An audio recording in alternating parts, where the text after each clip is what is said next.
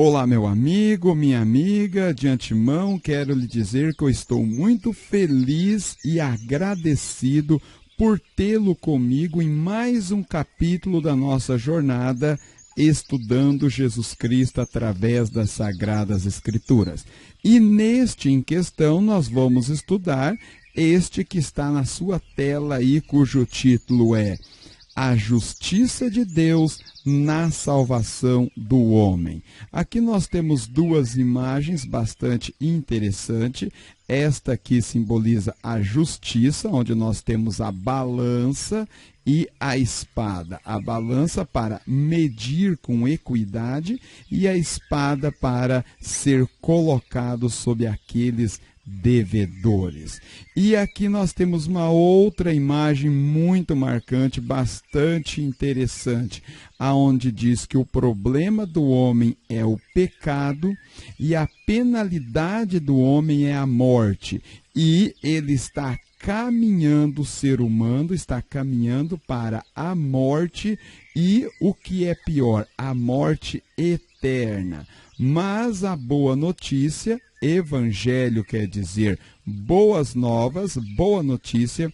A boa notícia é que Jesus Cristo pagou o preço do pecado e por isso nós podemos ir para a vida eterna. Este é o cerne deste capítulo que nós vamos estudar a partir de agora. Vejamos aqui um ponto bastante interessante, muito comum, que a gente fala e ouve continuamente. Deus odeia o pecado, mas ama o pecador. Esta frase está baseada em São João, capítulo 3, versículo 16. E esta é sim uma palavra verdadeira. Por quê? Porque, de fato, Deus ama o ser humano. Agora, esta frase, ela não mostra a verdade na sua plenitude. Esta frase, ela vai mostrar apenas uma face da verdade. Porque, além de Deus amar o pecador, além de Deus odiar o pecador, a Bíblia ainda vai dizer o seguinte. Vamos ver no livro de Salmos, capítulo 5, versículo 4 e versículo 6. Nos diz assim, olha: pois tu não és Deus que se agrade com a iniquidade, e contigo não subsiste o mal.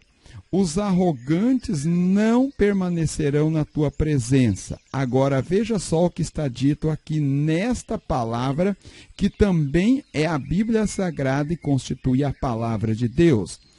Odeias todos os que praticam a iniquidade. Aqui está dizendo que Deus odeia não só a iniquidade, mas aqueles que praticam a iniquidade, ou seja, os seres humanos. Tu destrói os que proferem mentira.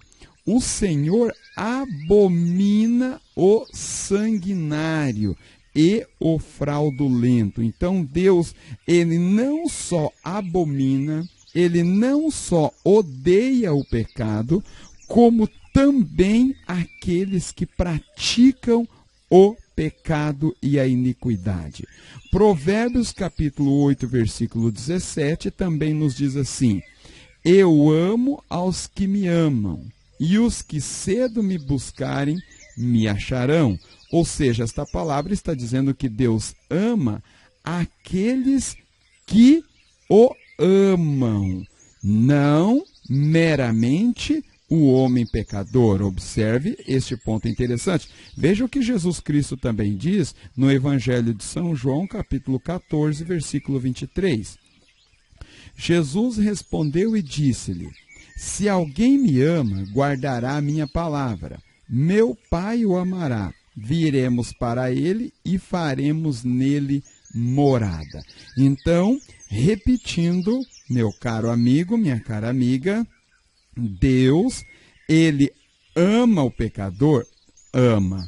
Agora, também a palavra de Deus diz que ele abomina aqueles que praticam o mal. Ele odeia, e ainda nós vamos ver na sequência que Deus está irado com o ser humano pecador. Alguém pode insistir, a Bíblia diz que Deus é amor. E eu digo sim, Ele é amor. Muitos ainda dizem, Deus é amor, Deus é amor. Ele não é iracundo, não pode condenar o homem. Observe que isto aí não é toda a verdade, ela é parte da verdade, porque sim, Deus irá condenar o homem pecador que não se arrepender dos seus pecados e crer na salvação que ele oferta aos seres humanos. Mesmo sendo amor, nós vamos discorrer isso e eu vou mostrar a você que isto é perfeitamente compreensível diante da natureza e da essência de Deus. Observe, Deus é amor. Ele não pode negar a sua natureza. Isso faz parte da essência do nosso Deus. Mas também Ele é santo e justo. Isto é imprescindível e isto é uma definição da essência, da moral, do caráter de nosso Deus. E a sua natureza, a natureza de Deus, ela é imutável e inegável. Ela não é como a natureza do ser humano, que hoje eu tenho uma concepção na minha mente diferente daquela que eu tinha quando vivia aos meus 15 anos, depois 20 anos, depois 25 anos, e certamente irei mudar até a minha partida desta para melhor. Agora, Deus não é como o ser humano, a sua natureza ela é imutável. E a santidade e a justiça de Deus está revelada em todas as Escrituras.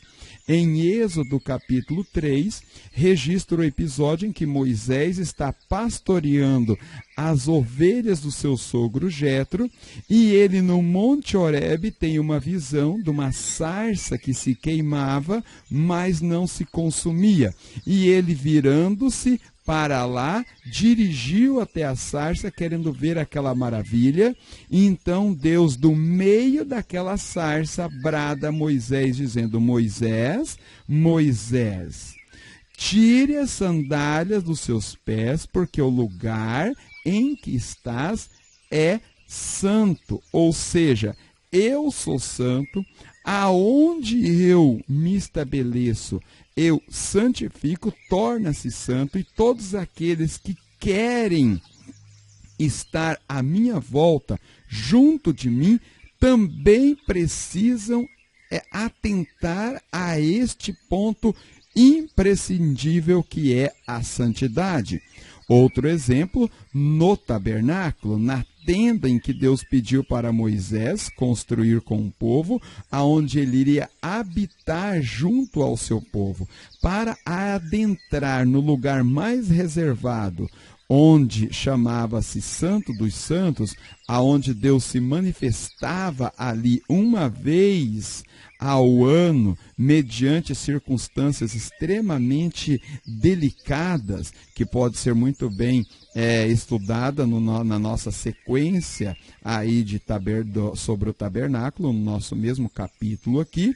O sumo sacerdote adentrava ali somente após efetuar sacrifícios de derramamento de sangue. Sim, derramamento de sangue, porque o sangue é a vida que está circulando dentro do corpo do ser humano. Ou seja, uma vez, ou do animal, uma vez que o sangue é derramado, isso está indicando que a vida está se esvairando do corpo deste ser. Então, primeiramente, derramava-se sangue para poder expiar os pecados, e aí então a pessoa poderia adentrar e interceder pelo povo diante de Deus, expressando claro a santidade de nosso Deus. E Levíticos capítulo 10 registra o episódio de 2 sacerdotes, filhos de Arão, chamado Nadab e Abiú, que não levaram isto a sério, entenderam que trabalhar, chegar na presença de Deus poderia ser de qualquer maneira. E, infelizmente, eles aprenderam da pior maneira que não devem ser assim.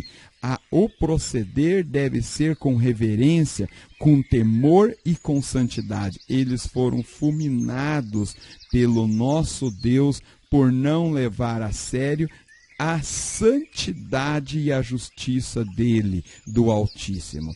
Em Josué capítulo 5, Deus também aparece a Josué. Ele está prestes a conquistar Jericó e Josué pergunta ao anjo que ele se depara: és tu dos nossos ou dos nossos inimigos? E o anjo, com uma espada desembainhada, lhe diz: não, sou príncipe do exército do Senhor e acabo de chegar. Então Josué se prostra para adorá-lo e ele imediatamente diz: tira as sandálias dos pés, porque o lugar que estás é santo. Ainda para enfatizar a santidade de nosso Deus, do Altíssimo, Isaías capítulo 6 registra um episódio interessante do profeta que tem uma visão e vê Deus na sua glória e serafins voando sobre o nosso Deus, o Altíssimo.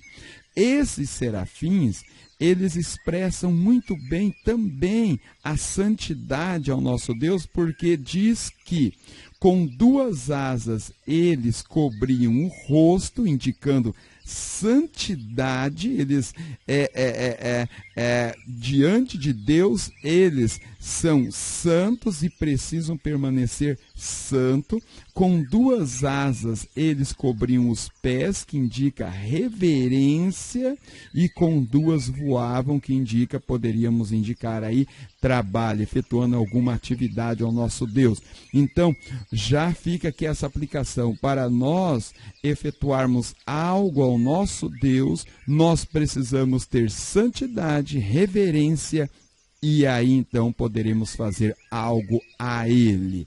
Bom, então nós vimos que o nosso Deus, Ele, além de um Deus amoroso, Ele é santo e justo, e a sua natureza é imutável, e Ele jamais pode negar a essência do seu ser.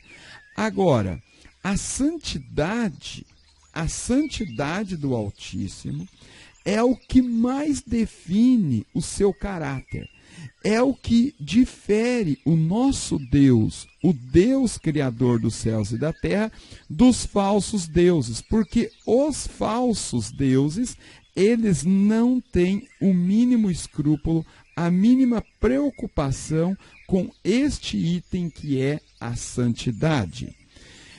Vamos pegar esta analogia. Pense no sol, no seu maior calor do dia, ao meio-dia. E no interior e à sua volta, é impossível nós encontrarmos sombras ou resquício de alguma trevas. Por quê? Porque o sol, ele irradia de si mesmo energia e luminosidade.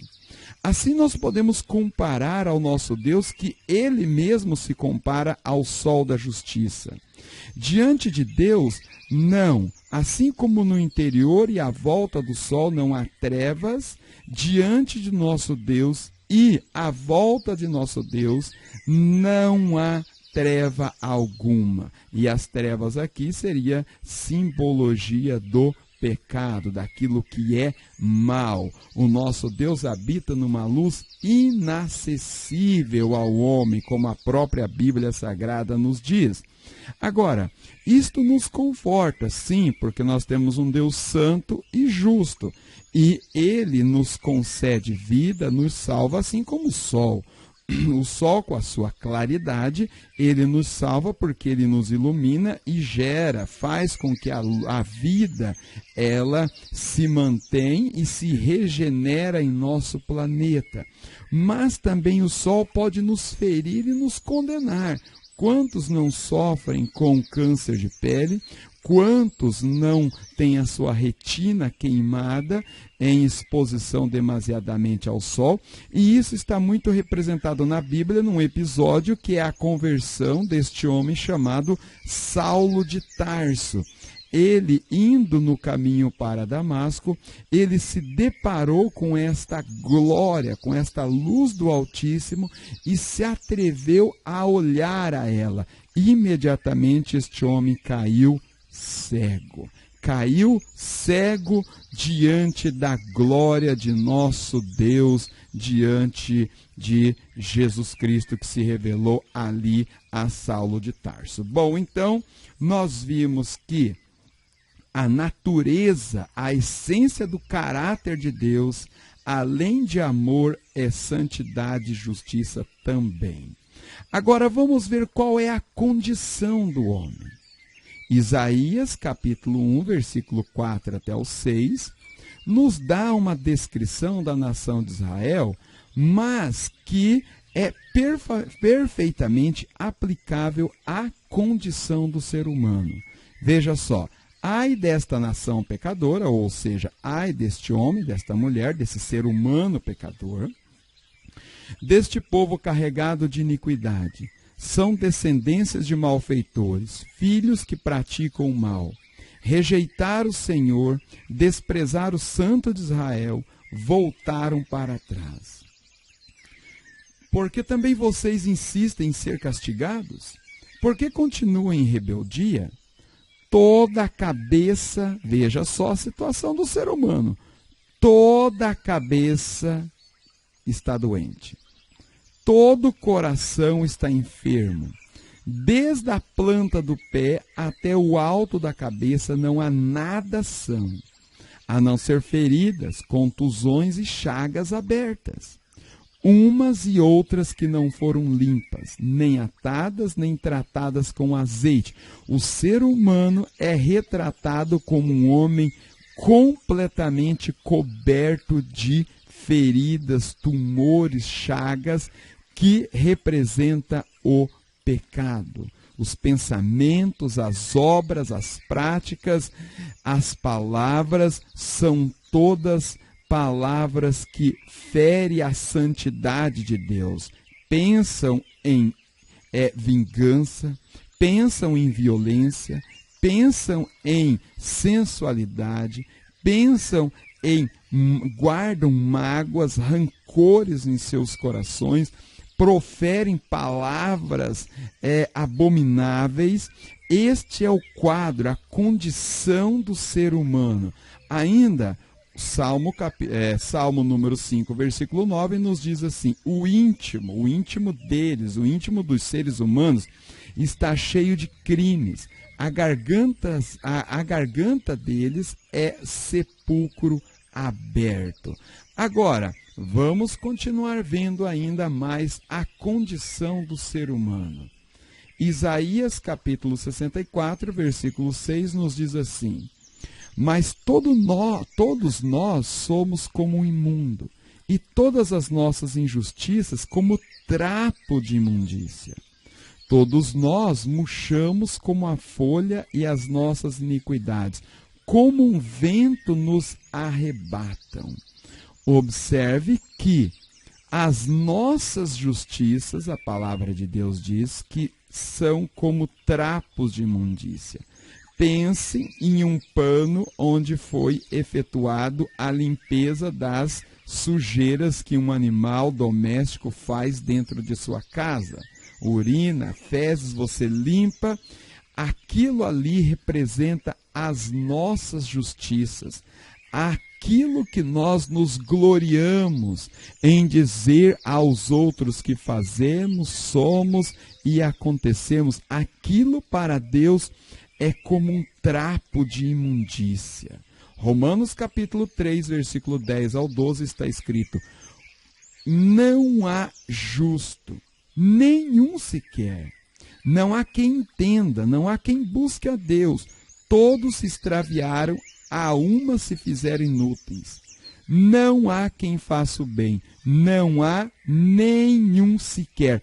Este é o quadro do ser humano pecador diante de um Deus santo, justo e também amoroso. Agora, veja aqui, veja esse ponto interessante. Deus está irado com todos os homens deste mundo. E a Bíblia diz: pois conhecemos aquele que disse, a mim pertence a vingança, eu retribuirei. Deus irá retribuir a cada um segundo as suas obras, e nós vimos a situação do ser humano. O Senhor julgará o seu povo. Ainda, veja só o que o escritor aos Hebreus nos diz, capítulo 10, versículo 30 ao 31, continuando. Horrível coisa é cair nas mãos do Deus vivo. O ser humano, ele está num estado deplorável de pecado, de maldade, e o nosso Deus é um Deus santo, justo, que está irado e está abominando o ser humano pecador. Isso parece algo bastante contraditório. Veja só a ilustração que eu irei fazer. A ilustração é forte, mas ninguém ama mais a sua família do que o próprio Deus. E o que eu irei falar, o nosso Deus, o Altíssimo, ele contempla todos os dias atrocidades como essas e muito piores. Então, pense na seguinte analogia: você chega em sua casa, se depara com um monstro, com um assassino, com uma pessoa totalmente depravada, que tenha abusado de sua filha de 5 anos, depois executada da maneira mais terrível possível, matado sua esposa, seus demais filhos, ou seja, cometeu atrocidades terríveis. Você pega esta pessoa, leva aos tribunais, e aí chega o dia do julgamento, e o juiz, para a surpresa de todos, diz: olha, eu sou um juiz amoroso, eu sou um juiz dado à bondade, sou benevolente, eu sou benigno, então não irei lhe condenar, eu irei libertá-lo sem nenhum problema, apenas irei demonstrar que eu sou uma pessoa amorosa. Você simplesmente, diante desta atitude, você não vai aplaudir, você não vai parabenizar o juiz diante desta situação. Você irá, sim, se irar. Você irá dizer: este juiz é um assassino, um corrupto, é mais monstro do que o próprio monstro que está sentado na cadeira dos réus. Você não aceita. E o nosso Deus também não aceita. Muito menos o nosso Deus aceita. Veja só o que diz Provérbios, capítulo 17, versículo 15. Deus dizendo: o que justifica o ímpio e o que condena o justo, tanto um como o outro são abomináveis a Deus. Justificar o ímpio, isto é abominação diante do nosso Deus. Agora veja ainda essa revelação maravilhosa de Êxodo, capítulo 34.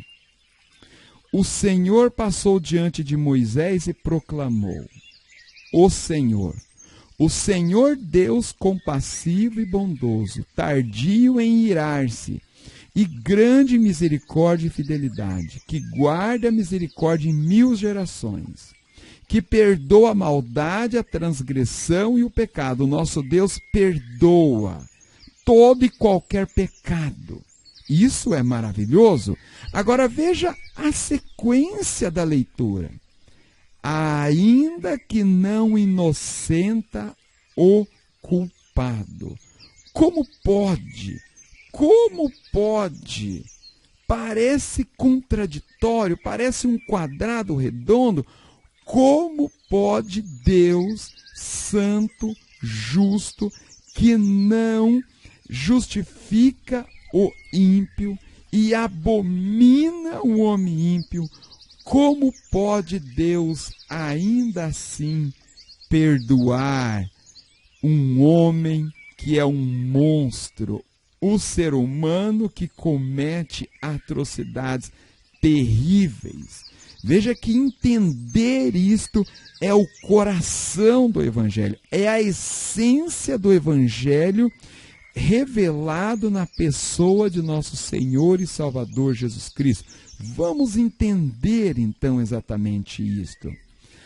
Onde está a justiça de Deus em perdoar um assassino, um ladrão, um monstro que cometeu atrocidades horríveis, que merecia nada mais que a morte e o inferno?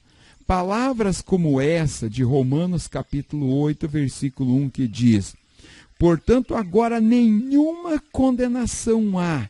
Como pode não haver condenação diante de um homem pecador, diante de uma mulher pecadora? Ah, meus amados, aqui está o mistério da salvação. A grandeza, o amor, a singularidade de nosso Deus. Aqui está a singularidade, eu repito, de nosso Deus. Ele é o único. O Evangelho é o único que apresenta exatamente isto. Agora precisamos entender, para não podermos achar isto um escândalo, como os homens que não entendem acham. Eles admitem que isto é um escândalo. Esse, na verdade, a palavra de Deus diz que é um mistério que esteve oculto por séculos e séculos, mas agora é revelado a todos que entendam e aceitam. E digo mais, Jesus Cristo, uma certa ocasião, ele se alegrou porque nas suas palavras ele diz: Pai, eu me alegro porque ocultaste isto aos sábios e entendidos e revelaste aos pequeninos. Pequeninos quer dizer aquelas pessoas que têm um espírito voltado a Deus em humildade para poder entender os seus mistérios e os seus desígnios. Salvar o homem, meu querido amigo, minha querida amiga, não é algo tão simples para Deus. Por quê? Por causa exatamente da sua essência, por causa da sua natureza, do seu caráter. Se Deus fosse como os falsos deuses, era muito simples. Era só salvar o ser humano. Pense na seguinte ilustração. Um ladrão que queira roubar. Ele não se importa de quem é o dinheiro. Ele não se importa como aquele dinheiro foi adquirido. Se aquele dinheiro era para salvar crianças, alimentar uma família, se era para salvar um doente, para comprar um medicamento a um senhor, a uma senhora que está necessitada urgentemente. Não, ele simplesmente quer satisfazer os seus desejos egoístas. Deus não pode agir assim. Ele não age contra a sua natureza santa e justa. Observe, se fosse eu e visse o meu filho correndo perigo, eu não mediria escrúpulos para poder salvá-lo. Mas Deus não pode agir assim, porque ele não age contra a sua natureza santa e justa. Então, salvar o homem é algo muito complicado para Deus, o nosso Deus. Então, como Deus então salva o homem? Simplesmente ele encarnou na pessoa do seu filho e cumpriu toda a justiça divina. Jesus Cristo, quando foi batizar por João Batista, ser batizado por João Batista, João o batizador, ele se depara com Jesus, reconhece que é o Messias e diz: como pode tu vires a mim para ser batizado, se eu é que careço, eu é que necessito ser batizado por ti? A resposta de Jesus para João Batista é muito significativa. Jesus diz: deixe por agora. É necessário cumprir toda a justiça de Deus. Ou seja, Jesus Cristo já estava anunciando que a justiça divina seria cumprida nele. Ao ser mergulhado nas águas do Rio Jordão, simbolizava que ele estava morto, que ele foi morto e tinha que ser sepultado. Mas ao terceiro dia ele iria ressurgir, assim como ressurgiu das águas do Jordão, para iniciar o ministério de nosso Deus. Veja só o que diz Filipenses capítulo 2, versículos 5 ao 8. Tenham entre vós o mesmo modo de pensar de Cristo Jesus, que, mesmo existindo na forma de Deus, não considerou ser igual a Deus, algo que devia ser retido a qualquer custo. Pelo contrário, ele esvaziou, assumindo a forma de servo, tornando-se semelhante aos seres humanos e reconhecido em figura humana. Ele se humilhou, tornando-se obediente até a morte e morte de cruz. Aqui está o mistério revelado. Veja só Isaías capítulo 53, versículo 2 ao 5. Porque foi subindo como um renovo diante dele, como raiz de uma terra seca. Não tinha boa aparência nem formosura. Olhamos para ele, mas não havia nenhuma beleza que nos agradasse. Era desprezado e o mais rejeitado entre os homens. Pensa naqueles homens e mulheres que estão trancafiados nos presídios de segurança máxima possível. Assassinos, homicidas, estrupadores, pessoas que cometeram atrocidades terríveis. Toda a sociedade os desprezam. Assim era Jesus Cristo pregado na cruz do Calvário. Os homens o desprezavam. Por quê? Porque ele estava lá encarnando toda a justiça de Deus que deveria ser aplicada sobre os seres humanos pecadores. Homem de dores e que sabe o que é padecer. E como um de quem os homens escondem o rosto, era desprezado, e dele não fizemos caso. Certamente ele tomou sobre si nossas enfermidades e as nossas dores levou sobre si. E nós o considerávamos como aflito de Deus e oprimido. Mas ele foi transpassado por causa das nossas transgressões, e esmagado, moído por nossas iniquidades. Sim, toda atrocidade, todo pecado, toda palavra, todo pensamento, toda atitude má nossa foi moída, destruída por Jesus Cristo na cruz do Calvário. O castigo que nos traz a paz estava sobre ele, e pelas suas feridas fomos sarados. Ainda veja só o que diz o profeta Isaías: foi ferido por causa do meu povo. Sim, Jesus Cristo não morreu por seus pecados. Veja o que Pedro diz: pois também Cristo padeceu uma vez única pelos pecados, o justo pelos injustos. Ele não padeceu pelos seus próprios pecados, porque ele não tinha pecado, ele era um homem santo. Agora, veja só: todavia o Senhor agradou esmagá-lo, moê-lo. Por que Deus agradou esmagar, moer o seu Filho Jesus Cristo? Porque ele sabia que fazendo isso, o resultado prosperará nas suas mãos, e o resultado, sabe o que é? É a nossa salvação, a nossa justificação diante de um Deus santo e justo. João Batista, ainda no episódio do batismo de Jesus, enxergando-o, anunciou a todos quanto ouviam: eis aí o Cordeiro de Deus. Cordeiro, na religião, na cultura hebraica, era o animal que era imolado, sacrificado, tido o seu sangue derramado. Para quê?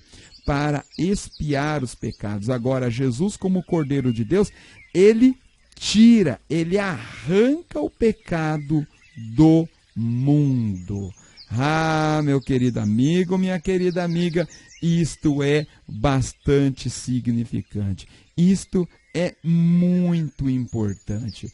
Veja só, agora nós podemos ler com toda liberdade. Olha só, ó. Mas Deus prova o seu próprio amor para conosco pelo fato de Cristo ter morrido por nós, quando ainda éramos pecadores. Logo, muito mais agora, sendo justificado, nós somos justificados diante de um Deus justo, santo, pelo sangue do nosso Salvador, que foi morto, pregado na cruz, e agora nós somos salvos da ira. Aquela ira, aquele ódio, aquela justiça que estava sendo aplacada de Deus para ser aplicada sobre o homem, ela está aplacada, está apaziguada por causa do sangue de Jesus. Agora, observe o seguinte, lá no livro de Êxodo, no episódio da Páscoa, foram salvos da ira e da justiça de Deus apenas uma parte do povo. Aqueles que tinham observado toda a prelição, toda a palavra, toda a instrução dada por Deus, que era o sangue do Cordeiro. A ira de Deus, sim, vai ser executada, e alguns serão salvos da ira de Deus. Quem será salvo? Aqueles que atentam para o seu Filho Jesus Cristo. O escritor aos Hebreus diz: como escaparemos nós se não atentarmos para tão grande salvação? Sim, nós precisamos correr, nós precisamos nos apegar à salvação oferecida pelo nosso Deus, porque senão não há saída. Nós somos alvo da ira, estamos sendo abominação diante de Deus. Mas se nós recorrermos ao seu Filho, a salvação oferecida pelo nosso Deus, esta palavra é a palavra que deve ecoar sobre os nossos ouvidos. Portanto, agora nenhuma condenação há. Nenhuma condenação há sobre ti, meu amigo, minha amiga, uma vez que você recorreu a Jesus Cristo.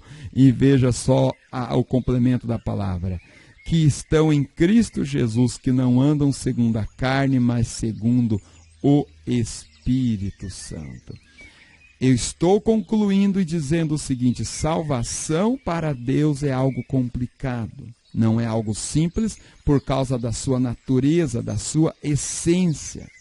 Jesus Cristo no Getsêmani rogou por 3 vezes, ou seja, nós podemos dizer que ele insistiu ao Pai: Pai, se for possível, passa de mim este cálice, salva o ser humano de uma outra maneira. Mas não era possível. A única maneira possível para salvar-nos era toda a justiça de Deus ser cumprida no seu Filho Jesus Cristo. Deus o abençoe e lhe aguardo no próximo capítulo.